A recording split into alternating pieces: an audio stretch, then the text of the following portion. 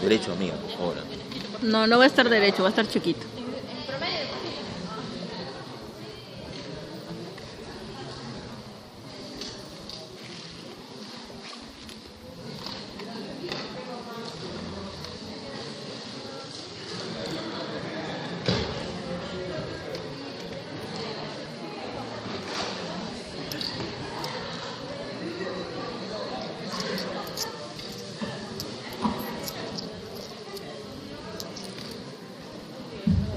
Buenas tardes, jóvenes. A ver, empezamos. Y es la hora. Mi nombre es Raúl Molina. Soy profesor de la facultad de hace varios años, en la sede del Hospital María Auxiliadora.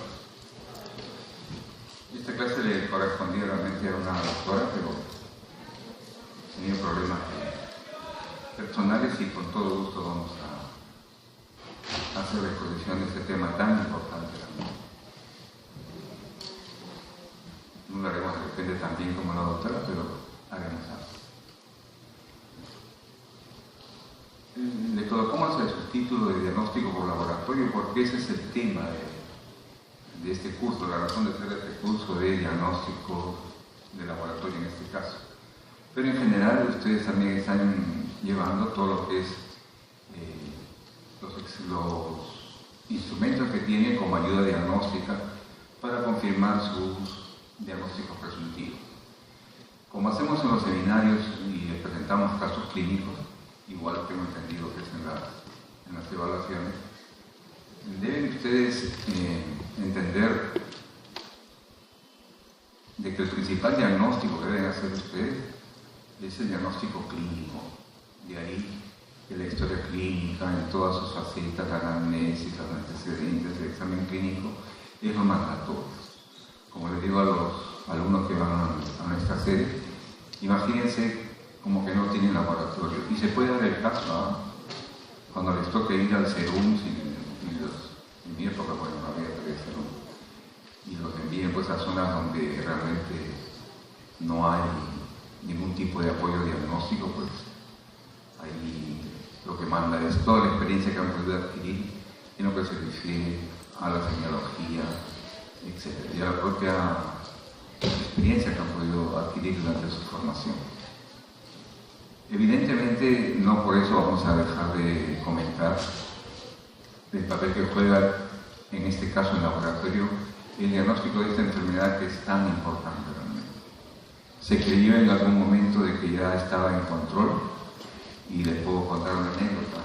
Ustedes conocen el Hospital Hipólito Unanue, ¿no es cierto? En la época que yo era estudiante, pues era el famoso Hospital Bravo Chico. Estaba destinado exclusivamente a enfermedades respiratorias, ¿de acuerdo? Y evidentemente la gran mayoría de pacientes eran por el problema de la tuberculosis. Con la aparición de esquemas de tratamiento, medidas de control, los acuerdos internacionales a través de la OPS, bueno, se logró bajar bastante las tasas de prevalencia, de incidencia de esta enfermedad. Tan es así que se llegó a la conclusión de que ya no era, digamos, obligatorio, ya no era, digamos, práctico tener hospitales exclusivamente para estos fines. Entonces, a nivel mundial, sobre todo en las zonas endémicas de tuberculosis como Sudamérica, África, etc., se acordó estos hospitales convertirlos en hospitales generales. Y es así como hoy día, ¿no es cierto? Ustedes dicen que el Hospital Hipólito Unanue es un hospital general y que tiene todas las especialidades. Bueno, entonces cada vez que teníamos que hacer respiratorios, todas las universidades iban al Hipólito Unanue y había profesores muy capacitados, los fisiólogos famosos, ¿no? Neumólogos, fisiólogos, donde, por ejemplo, ahí toda la idea del diagnóstico de tuberculosis era a través de radiografía, ¿no? El laboratorio pues no aportaba mucho aparentemente. Bueno, ¿qué pasó? Se determinó no tener ya estas instituciones exclusivas, pero ustedes ven ahora que en una serie de hospitales, incluido el nuestro, por ejemplo, en María Auxiliadora, también creo entendido en el OAIS, el Hipólito Unanue y A nivel nacional hay como 10 o 12, que han tenido nuevamente que construirse edificaciones exclusivamente para problemas pulmonares y específicamente para tuberculosis. ¿Por qué?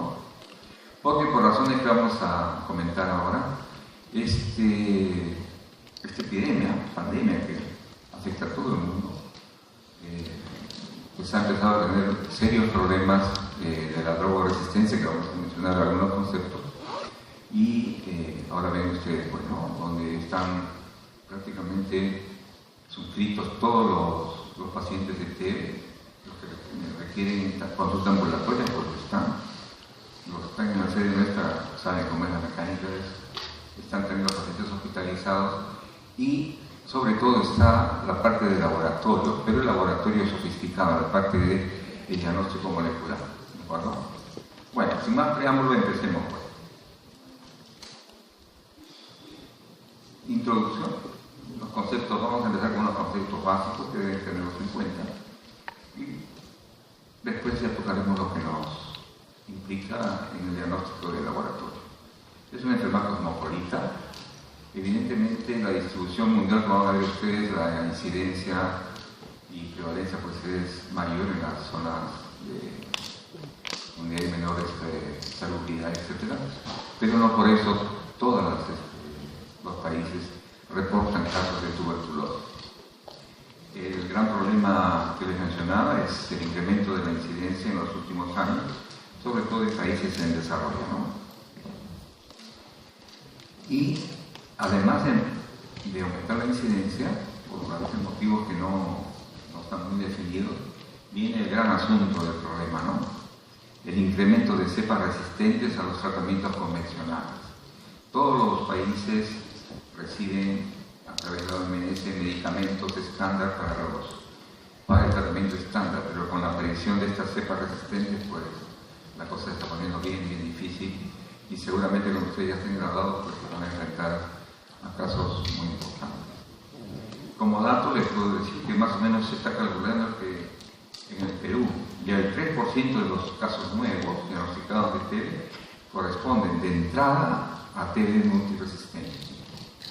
Antes hablábamos de casos, apareció un caso resistente y bueno, por ahí comentábamos si teníamos razón, ahora no, un porcentaje, vamos a ver, y vamos a hablar un poquito de cifras, ¿no? Y desde ya les digo, tengan mucho cuidado ustedes, esto es prevenible, pero van a ver cuando toquemos en el último punto lo que es la tuberculosis desde el punto de vista ocupacional, los que estamos muy en riesgo somos los que trabajamos en el hospital.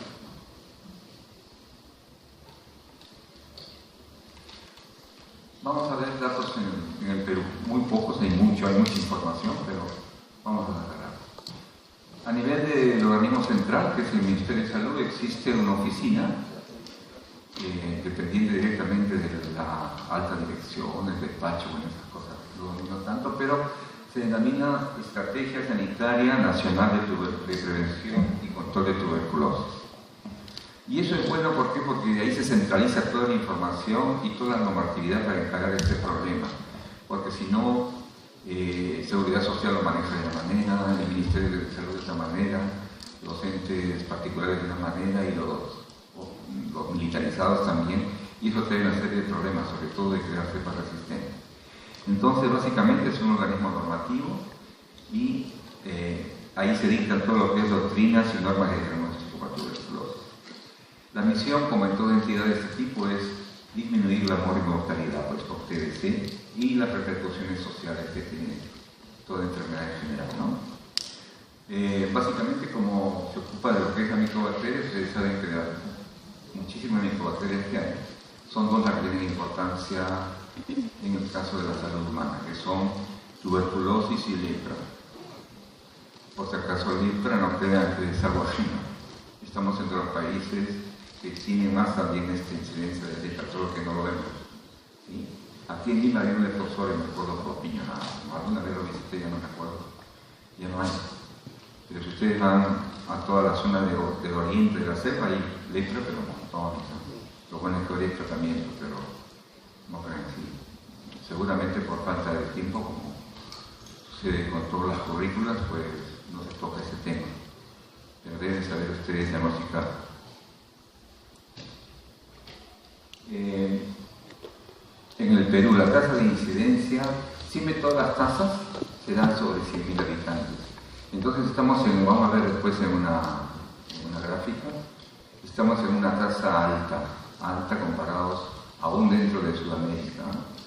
113 casos, ¿de acuerdo?, por cada 100.000 habitantes, es bastante. Porque si eso lo llevamos, ya lo desmenuzamos un poco, llevando a la población nuestra que está sobre los 30 millones, se estima que más o menos al año se diagnostican de 28.000 a 30.000 casos nuevos, ¿de acuerdo?, y que son reportados. De repente es un poco menos, de repente, de la realidad, porque todas estas cifras se alimentan de la información que dan desde el último centro de salud hasta las regiones, etc. Y la falta de notificación es un gran problema en nuestro medio, por la falta de informatización. Entonces hay una subnotificación y es probable que de repente las cifras sean mayores. Miren, la mayoría de casos se encuentran entre los 15 y 54 años. Gente joven todavía, ya 50 años todavía es joven, y que están pues económicamente, porque son socialmente, económicamente activas, y que tienen responsabilidades sociales y sobre todo de familia. Imagínense ustedes que cojan esta enfermedad que es invalidante en las primeras semanas. Y bueno, así como hay centralización en todo, también hay esta enfermedad, ¿no? El 60% de los casos están en Lima y en Callao. En general estamos tratando con datos un poquito antiguos, pero que son los mejor elaborados, por eso los traigo. Es de más o menos 2009, 2010, pero aquí vamos a tratar lo más importante. Del Perú, la incidencia, como les decía, 113%. Evidentemente, creo que no lo toco en este caso, la vinculación HIV, tuberculosis, es muy alta en ambas direcciones. Una persona que tiene HIV tiene un 30% más que la población general de hacer TB, y además al revés también, ¿de acuerdo? Entonces, miren ustedes cómo tenemos eso. Y acá vienen datos ya en valores absolutos de casos notificados en el 2009, como les decía, casos nuevos con esputo positivo, esputo negativo, esputo cero, y esto, extrapulmonares, jóvenes, no se olviden. Cada vez que uno piensa en TB, piensa esputo, pulmones, no. Por ahí creo que hay algunas preguntas que tienen que ver con extrapulmonares.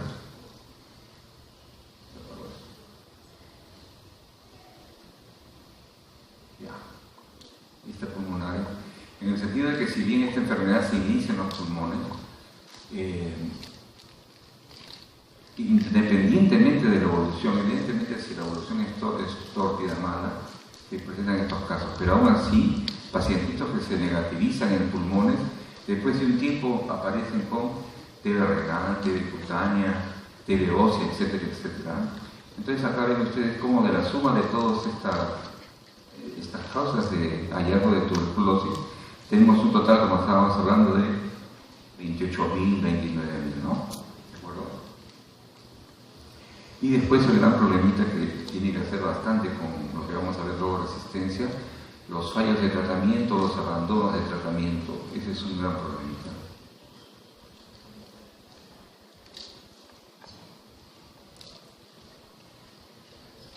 La incidencia de TB en las diferentes ciudades o capitales de Sudamérica.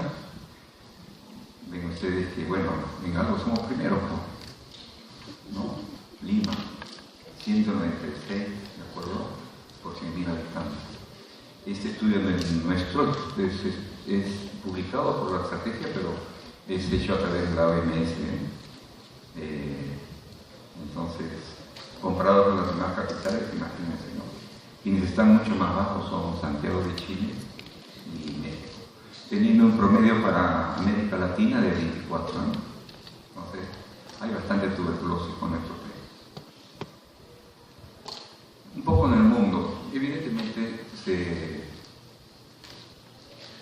el comportamiento por ahí depende de la zona, ¿no? La tuberculosis es una de las 10 principales causas de mortalidad en el mundo. En algunas zonas pues no es más, en otras es menos. La malaria, por ejemplo, en África mata, pero terrible. Contra eso no hay nada, hasta ahorita no hay nada. Bueno.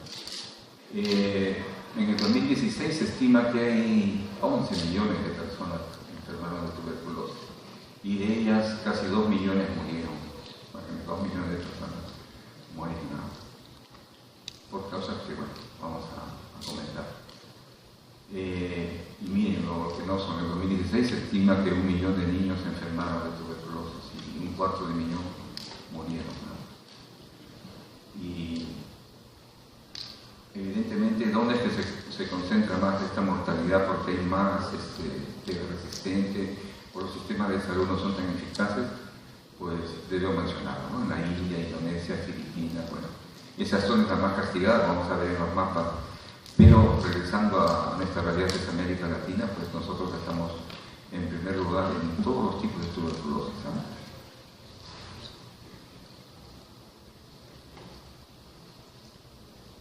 Pero no todo es negativo, no, son cosas fallas.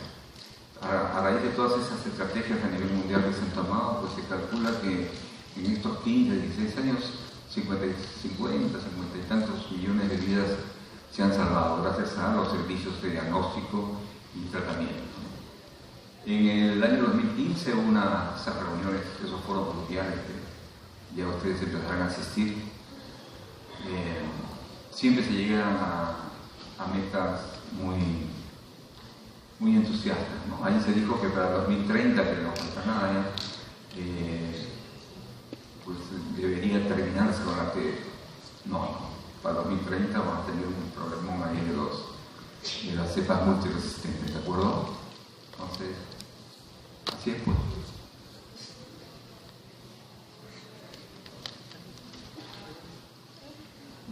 Ahí está, no sé si está claro, pero ahí por colores ven ustedes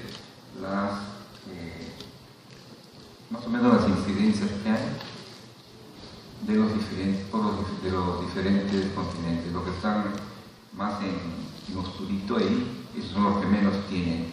Aquí lo veo yo, tienen menos de 15 casos por 100.000 habitantes. Bueno, los que más tienen son estas zonas, ¿no? La zona rojita, el sur de África, pasan los 200, 300 por 100.000 habitantes. Ya saben que eso, bueno, entre 300 y 100.000 no es nada, pero si ustedes lo llevan a la población total, son cifras terribles. Y así son las intermedias, pues. El verde corresponde a 50, 100, etc. Lo leen bien. Nosotros no somos amantes de preguntar muchas de estas cosas, pero deben tener por lo menos un concepto elevado. Nosotros estamos donde nos corresponde, ¿no? Entre 50 y 100 más o menos, de repente un poquito más, pero nos han colocado acá, intermedio.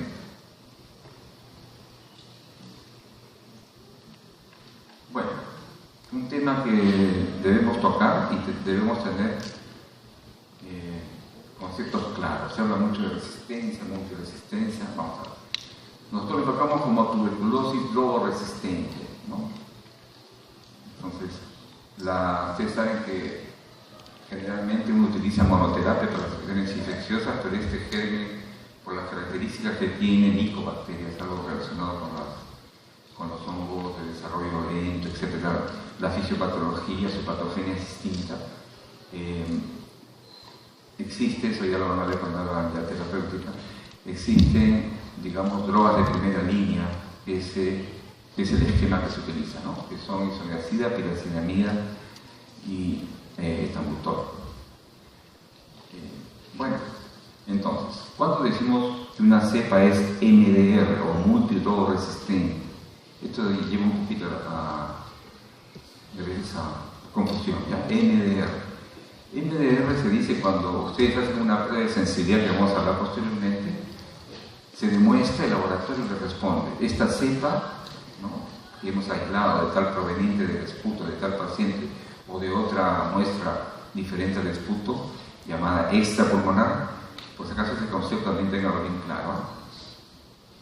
Toda muestra para investigación de Becker que no sea esputo o pulmonar se llama extrapulmonar y el tratamiento es distinto, como vamos a ver, para fines diagnósticos. Entonces, cuando ustedes reciban esa respuesta, te dicen, esta cepa es MDR, ¿no?, multidroga resistente. Y también ahí existen esquemas alternativos en los cuales se utilizan medicamentos que vamos a ver en la segunda diapositiva de este caso. Se considera que esto se ha presentado y se presenta sobre todo por el incumplimiento, ¿no?, los malos esquemas de tratamiento, lo que habíamos visto en la diapositiva anterior, donde hablamos de accidentes, etc., fracasos de tratamiento, abandono, o a veces los países bajan un poco la guardia y la salud, pues como siempre, no invierten tanto, entonces los programas de salud pues están descuidados, y uno de los que se descuida más es los servicios de salud en relación a la tuberculosis. Porque hay abandono de tratamiento. Miren, en mi época, siempre digo, el tratamiento era 2 años, ahora es 6 meses. 2 años y con drogas terribles, se usa para aminosalicílico, estreptomicina de 30 a 60 gramos. La estreptomicina inyectable es dolorosa, es un aminoglucósido, el paciente terminaba con problemas auditivos, etc. Y recuerdo yo que a veces nos enviaban a colocarle unas dosis y no había de dónde colocarla porque el paciente le hacía una reacción fibrosa en el tejido subcutáneo y no entraba en las agujas, era terrible. Pero ahora se ha mejorado. Ninguna de ellas es, en las drogas de primera línea, ninguna es inyectable, en las de segunda línea sí. Entonces ya está bien claro, ¿no? Multidrogos resistentes o MDR, que es lo que van a ver ustedes en los libros, pues resistente a isoniazida y rifampicina a todos. Ahora, el problema que está es peor, más grave que el anterior, es esto. Las cepas extremadamente resistentes, o llamada MDR, y anterior se coloca una X, ¿no? Bueno, más bien, además de lo anterior, más pareciera ser que está involucrado en problemas ya de tipo de mutación o cambios genéticos a nivel de la misma cepa, lo cual eso es mucho más grave y más difícil de combatir. Cuando ustedes van a determinar que un caso que están tratando está dentro de este término, de esta categoría, es cuando además de isoniazida y rifampicina, como bien está claro ahí, o sea, de MDR, también se demuestra resistencia a una fluorquinolona, que habitualmente no se utiliza, pero sí se utiliza en los MDR, en los anteriores, de los cuales hay varias, ciprofloxacina, levofloxacina, ofloxacina. Y también a una droga parenteral que también se utiliza en el MDR, fentamicina, micacina, caramicina, que son muchos. Ven ustedes cómo la cosa se va grabando, ¿no? De tratamiento estándar, MDR, de ese tratamiento estándar, es resistente a 2, que son los principales, isoniazida y rifampicina. Y los MDR, además de eso, son ya resistentes a los tratamientos que utilizamos para utilizar la MDR. Entonces, este es un problema serio. Y recién está empezando, como decía. Quienes ustedes tengan decisiones, se dedican a investigación o a la parte de gestión de salud, tengan mucho cuidado, esto va a ser un problema. Hablamos mucho en televisión y cosas, pero la verdad que se va a estar agarrando mucho. Miren, nadie, como les decía, la tuberculosis como cosmopolita, nadie en ningún país del mundo se libra de tener en algún porcentaje cepas resistentes. Nosotros, una de las más elevadas, 5%, ¿no? No sé si ustedes pueden ver ahí, pero siempre nos comparamos con el país vecino, no llega ni a 1%, 0.6%. Y me dice que en los últimos reportes han bajado más. ¿Sí? Entonces, el mismo Brasil con tremenda población, bien, perdón.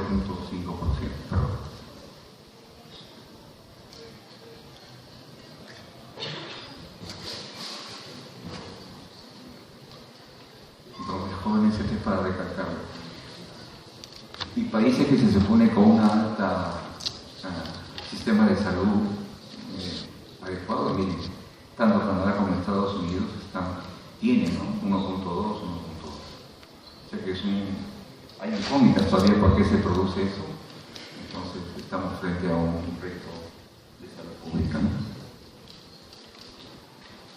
Ya acá en Lima, ¿de acuerdo? Igual. Esto es más sobre MDR.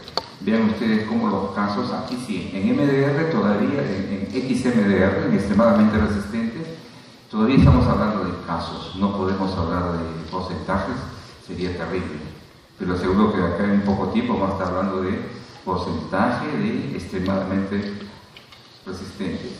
Sepan ustedes que los MDR y los extremadamente resistentes son los que van a los hospitales, que van a morir. ¿Y quienes los atienden? Los internos, ustedes, los alumnos. Entonces, tengan cuidado, ¿no? La posibilidad de adquirir tuberculosis en los hospitales es alta y es muy, muy alta también la posibilidad de coger una cepa resistente o multiresistente, ¿sí? Todos los departamentos. Y en el caso de Lima, donde están los 200 y tantos casos, miren, es en esta zona donde se concentra el Agustín, etc. Ese famoso cerro San Cosme es como hay colonias de personas con MDR, XMDR, etc. Entonces, bueno, pero aquí es el punto de partida, ¿de acuerdo?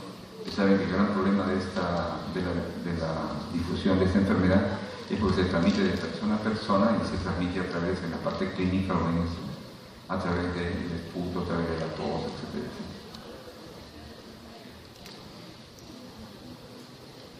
Bueno, vamos a ver el diagnóstico de tuberculosis, pero lo que nos corresponde a nosotros va a ser el diagnóstico de laboratorio. Pero es evidente, ¿ves? Siempre en primer lugar es esto, sospecha clínica, ¿de acuerdo? Y después los famosos en relación a tuberculosis pulmonar, la tos, la baja de peso, sudoración, antecedentes y buscar contactos. Como les digo siempre en los seminarios jóvenes, qué sé yo, por un tumorcito en la piel o lo que fuere, no dejen de pensar en que como prioridad número uno de posibilidades diagnósticas o por ahí, pero siempre esta enfermedad pues da las sorpresas, ¿no? Ahora sí, digamos el tema, ¿no?, fundamental que nos ocupa esta reunión, el diagnóstico por laboratorio. Tiene tres columnas en orden de importancia, realmente. La vaciloscopía, en buena hora que existe eso, o lo que es la microscopía, el cultivo y las técnicas moleculares que nos han venido a salvar las cosas, pero todavía es muy, muy, muy caro. Vamos a hablar sobre cada una de ellas para terminar.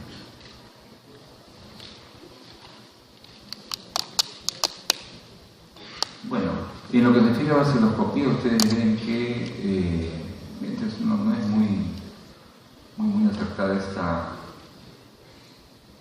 pero demuestra que más o menos entre 15 y 30 días es donde, por métodos de laboratorio sencillos, podemos diagnosticar que eso varía por cada cuadro clínico. No es lo mismo una tuberculosis cavitaria que una miliar, ¿de acuerdo? Entonces, bueno, pero eso es un promedio. Este es un cuadrito muy interesante, la larga trayectoria del diagnóstico de la TBC, no sé, creo que ustedes no lo ven muy bien. Aquí están lo que se va presentando mes a mes y vean ustedes que, como vamos a decir posteriormente, para que una vaciloscopía sea altamente sensible y positiva debe haber más o menos 10.000 gérmenes por litro de esputo. Eso se consigue recién en 3 lados, ¿de acuerdo? Entonces ya cuando el paciente todavía se siente ligeramente mal, pues nada, no hay, todo está negativo. Entonces, de ahí que si ustedes piensan un poquito antes por ahí,